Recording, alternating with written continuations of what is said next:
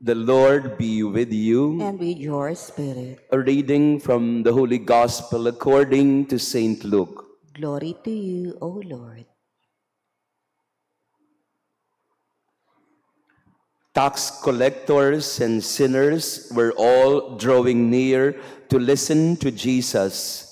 But the Pharisees and scribes began to complain, saying, "This man welcomes sinners and eats with them."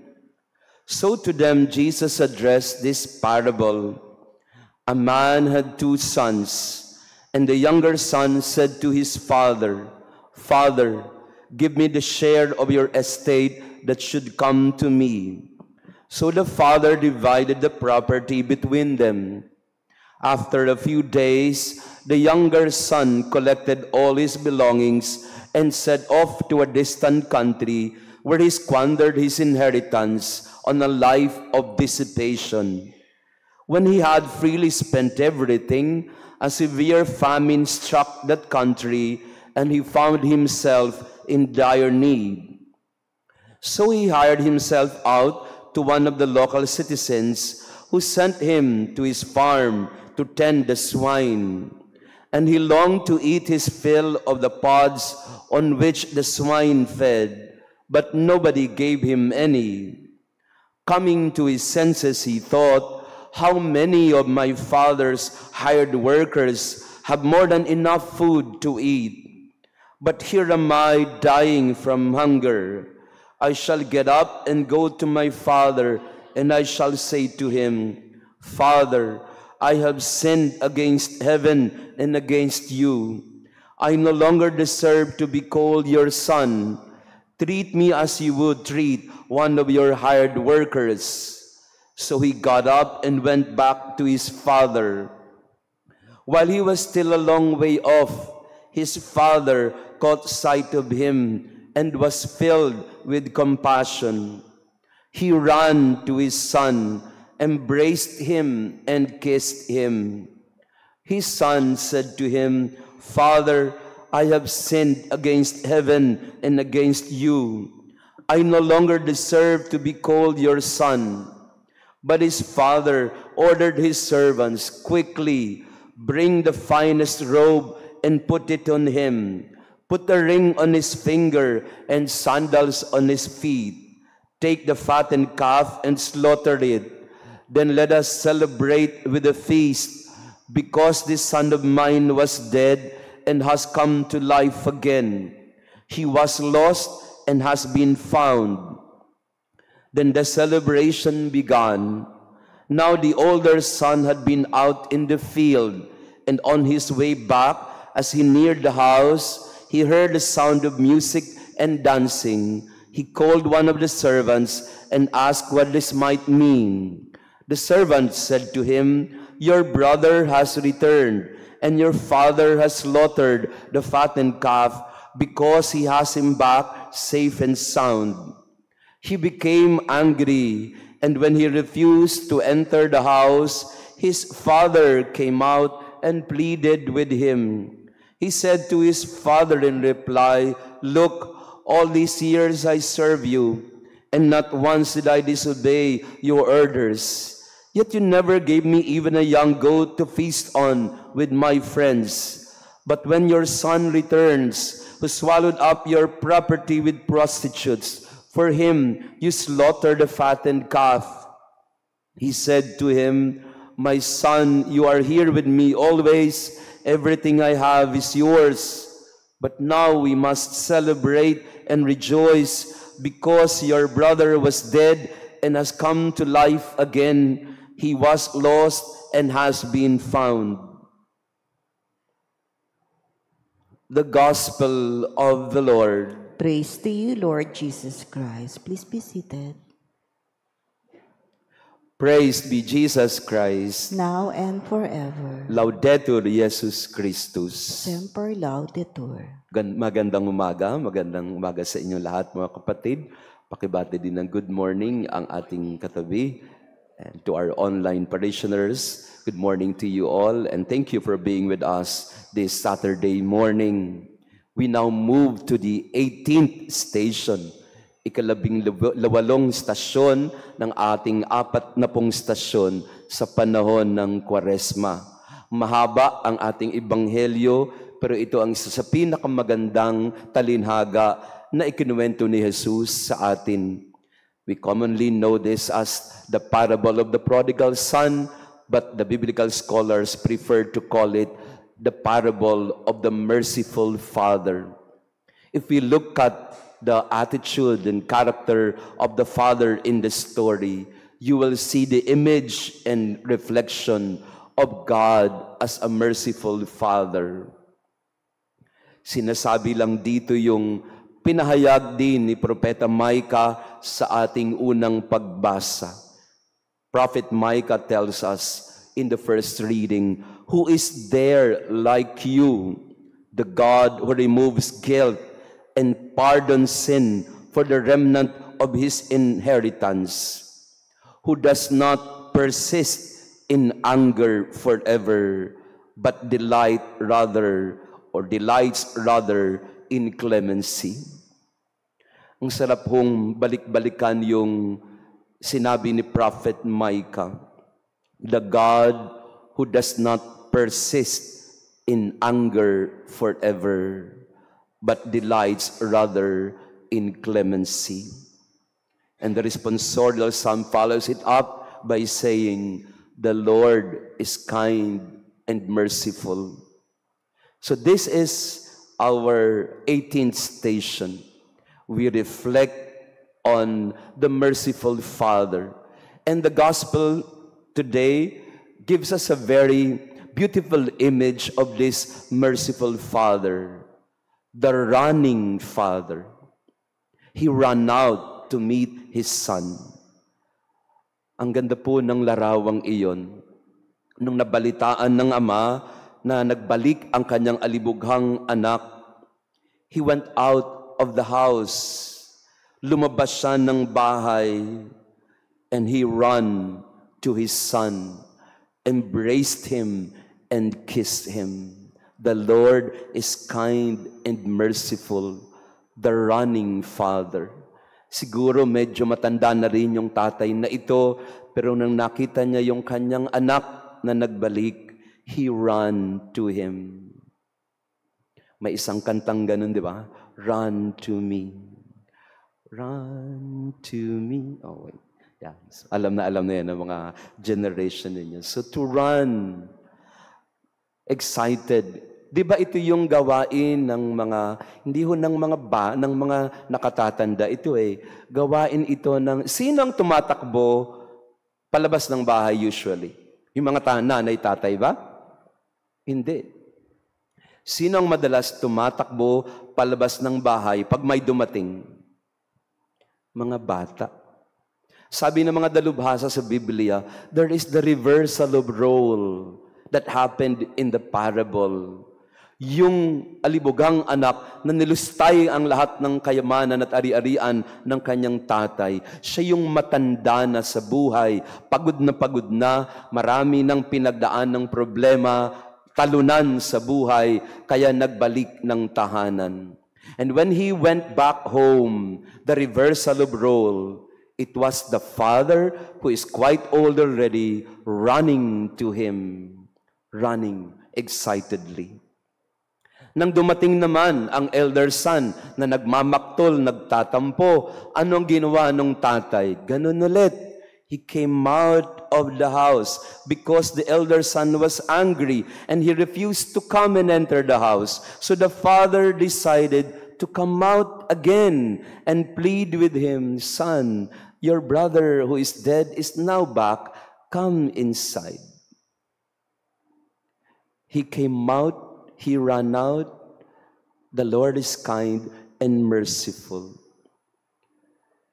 Ano yung paraan ng Diyos sa pagharap sa ating mga attitude? May mga attitude din kasi tayo, di ba? Lahat tayo may attitude. Tingnan ninyo yung katabi ninyo. Tanungin niyo siya. May attitude ka rin no? Totoo yun. May mga attitude tayong nakasanayan. May mga kamalditahan tayo na madalas sa hindi natin nakokontrol. O kaya meron tayong a mean streak in us na when it is triggered and touched by something, we just explode. We just explode. And then we become cruel to one another. But the Father, He had none of that. There was only gentleness and kindness. Question: who is the merciful running Father in your life right now? May mga kilala po ba kayo na salamat na lang, may mga ganitong tao sa buhay ko kasi time and again I am reminded of my need to temper myself, of my need to control my anger, of my need to restrain and regulate my emotion. Do you have people in your home that is similar to the merciful running Father? Blessed are you if you have one like that. Meron tayo minsan na may mga kapatid tayo na ganyan. Ang mga magkakapatid, lahat mainitin ng ulo, pero maswerte tayo, may isa lagi na napakabait. Yan. Pakitingnan ulit ang katabi natin. Ikaw ba yun ang mabait sa atin? You regulate us. Pag mainit na ang lahat ng ulo, pagka nagsisigawan na ang lahat, may isang sasabihin sa atin na, kalma lang tayo. Blessed are we if we have the mirror or the image of the merciful, loving Father in our midst. At siguro tayo din, hinahamon tayo na maging ganon. Kahapon po, may nakakwentuhan ako. Hindi pa ho tapos pala yung aking airport incident. Ito pala ay nag-resonate sa marami. So may nakakwentuhan ako kahapon. And she was telling me her own version or experience of being in an airport. Siya naman po, ang nakakomprontahan niya ay isang flight attendant, ng stewardess. Sinungitan daw siya ng stewardess. Ang sabi daw sa kanya ay, kasi humihingi siya ng pillow. May mga ganong tao, di ba, na hindi makaalis kapag walang hawak na unan. So, very gently daw, humihingi siya ng pillow. Can I have a pillow, please? Sabi niya sa flight attendant. No, you can't. Borrow only. You can't have it. Kasi pinagsuspetsyahan siya na nanakawin niya daw yung unan ng eroplano. And na-insulto siya kasi, hello, 1 million miler ako, no? Paano ko nanakawin yung pilo na yun? Humihiram lang ako. Pero sinungitan daw siya nung flight attendant. And then, nagtitimpi lang siya, pero talagang nagalit na siya ng gusto. Sinulatan niya ngayon yung airline para i-complain yung flight attendant na ito. E nung nalaman nung flight attendant na siya pala ay 1 million miler, bigla daw talaga nang makaawa sa kanya kasi alam nun ng flight attendant na delikado siya. So siya naman, nag-iisip siya ng galit na galit siya sa sulat niya kung anong pagmamaltrato sa kanya. Kaya lang ang pinag-isipan niya ay naisulat niya lahat ng kanyang galit. Nung binabasa niya ang sulat ay, i-email ko ba ito o akin na lang? At ang sabi ko sa kanya, wag na lang. Wag mo na lang isend. Hayaan mo na yon. Penitensya mo ngayong Kwaresma. O sana nakikinig siya ngayon. Ang payo ko sa kanya, wag mo na lang isend yan. Gawin mo na lang penitensya, yung galit mo sa Kwaresmang ito. Be merciful, be kind, be gentle. The world needs more people who are loving and kind nowadays. Punong-puno na ang mundo ng mga magagalitin, na mainitin ng ulo, may road rage at may air rage. Yung pala ang tawag doon sa nangyari sa akin. Hindi road rage, kung hindi air rage. So maraming beses nadadala tayo ng ating emosyon. Pero paalala sa atin ng Panginoon, be kind and merciful. Baka sabi nga sa katabi mo, be kind and merciful. Pwede ba? Bawasan na ng konti yung init ng ulo. Bawasan na yung laging nagsasagutan. Bawasan na yung laging nag-aawayan. The world needs more love today. Let us be like the running father. He came out twice to reach out to his sons and told them, "You are my son." May the Lord also reach out to us and tell us today, "Kalma lang, you are my son, you are my daughter, I love you, and you must love others in return." Praised be Jesus Christ. now and forever.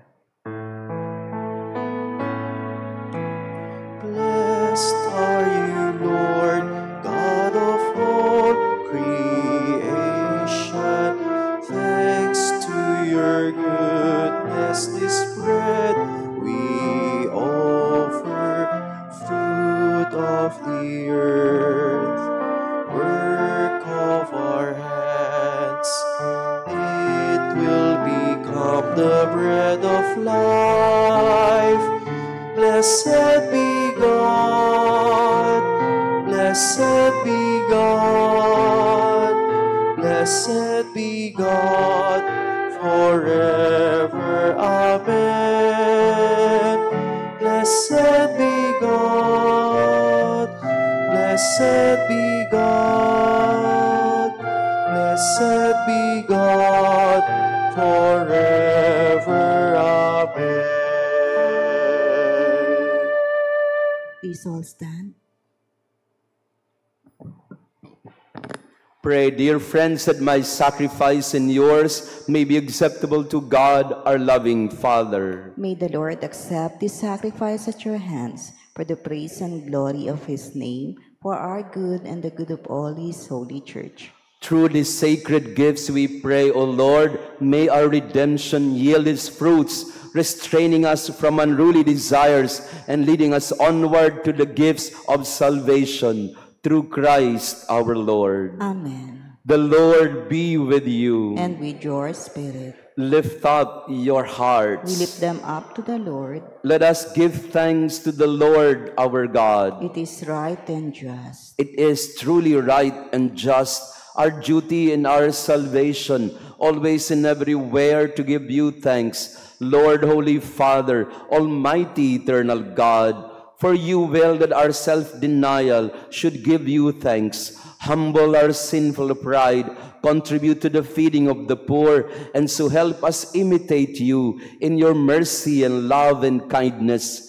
And so we glorify you with countless angels, as with one voice of praise we acclaim. Holy, holy, holy Lord God of hosts, heaven and earth are full of your glory. Hosanna in the highest. Blessed is he who comes in the name of the Lord.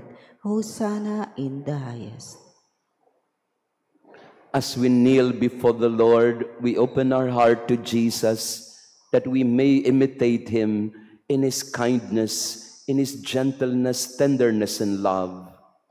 You are indeed holy, O Lord, the fount of all holiness. Make holy, therefore, these gifts, we pray, by sending down your Spirit upon them like the dew fall, that they may become for us the body and blood of our Lord Jesus Christ. At the time he was betrayed and entered willingly into his passion, he took bread and giving thanks, broke it, gave it to his disciples, saying, "Take this, all of you, and eat of it, for this is my body, which will be given up for you."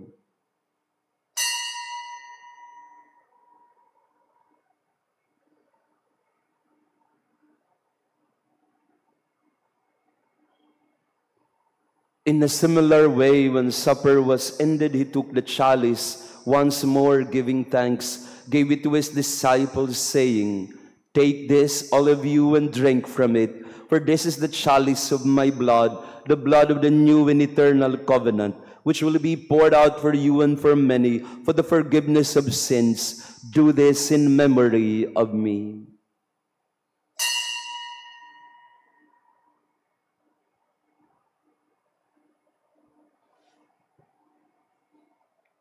Please stand. The mystery of faith. When we eat this bread and drink this cup, we proclaim your death, O Lord, until you come again. Therefore, as we celebrate the memorial of his death and resurrection, we offer you, Lord, the bread of life, the chalice of salvation, giving thanks that you have held us worthy to be in your presence and minister to you. Humbly we pray that partaking of the body and blood of Christ, we may be gathered into one by the Holy Spirit. Remember, Lord, your church spread throughout the world. Bring her to the fullness of charity, together with Francis our Pope, Jose our Bishop, and all the clergy. We also lift up to the Lord our prayers and petitions for the family. We pray for more love and compassion in our homes, as we also present to the Lord our intentions for the Mass.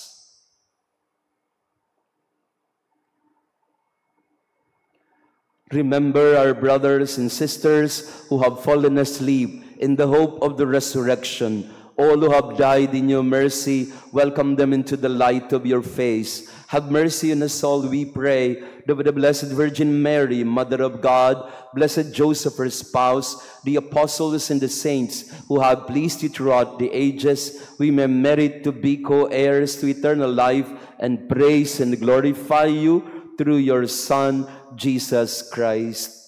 Through him, with him, in him, O God, Almighty Father, in the unity of the Holy Spirit, all glory and honor is yours forever and ever. Amen.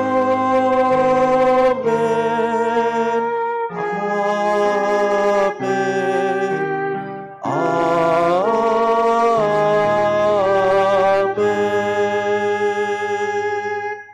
We are all children of the loving, merciful, running Father. We turn to him and we pray together.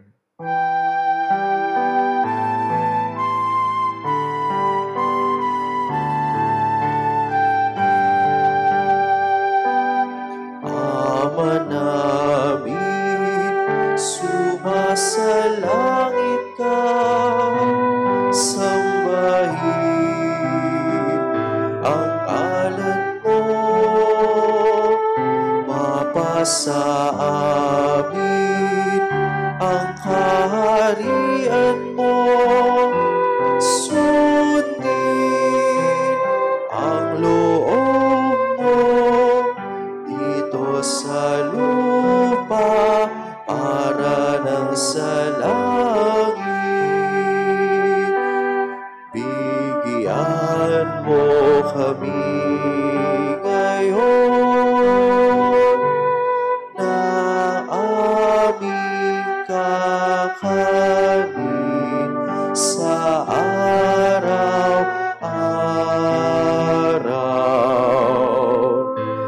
At patawarin mo kami sa aming mga sala, para ng pagpapatawad namin sa nagkakasala sa amin. At huwag mo kami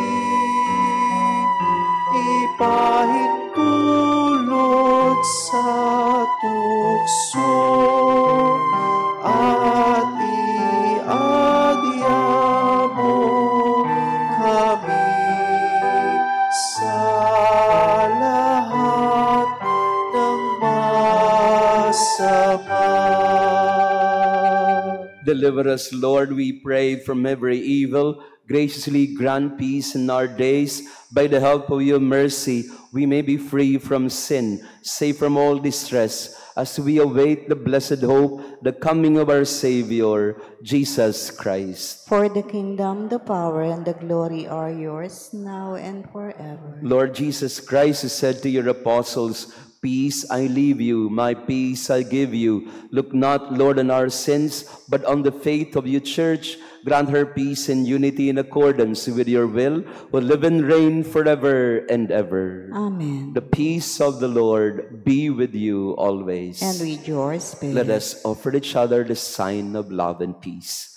Peace be with you. Peace to you all. Lamb of God, you take away the sins of the world, have mercy on us. Lamb of God, you take away the sins of the world, have mercy on us. Lamb of God, you take away the sins of the world, grant us peace.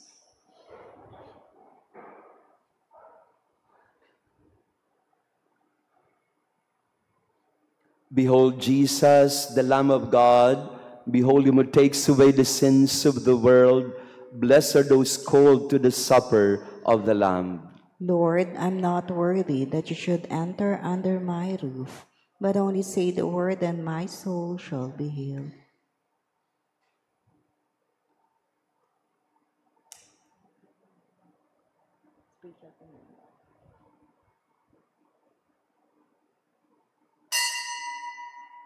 An act of spiritual communion. My Jesus, I believe that you are present in the most holy sacrament. I love you above all things, and I desire to receive you into my soul. Since I cannot at this moment receive you sacramentally, come at least spiritually into my heart. I embrace you as if you were already there, and unite myself wholly to you. Never permit me to be separated from you. Amen.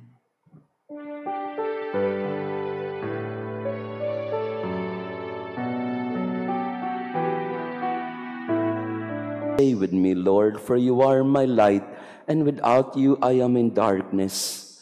Stay with me, Lord, to show me your will. Stay with me, Lord, so that I hear your voice and follow you.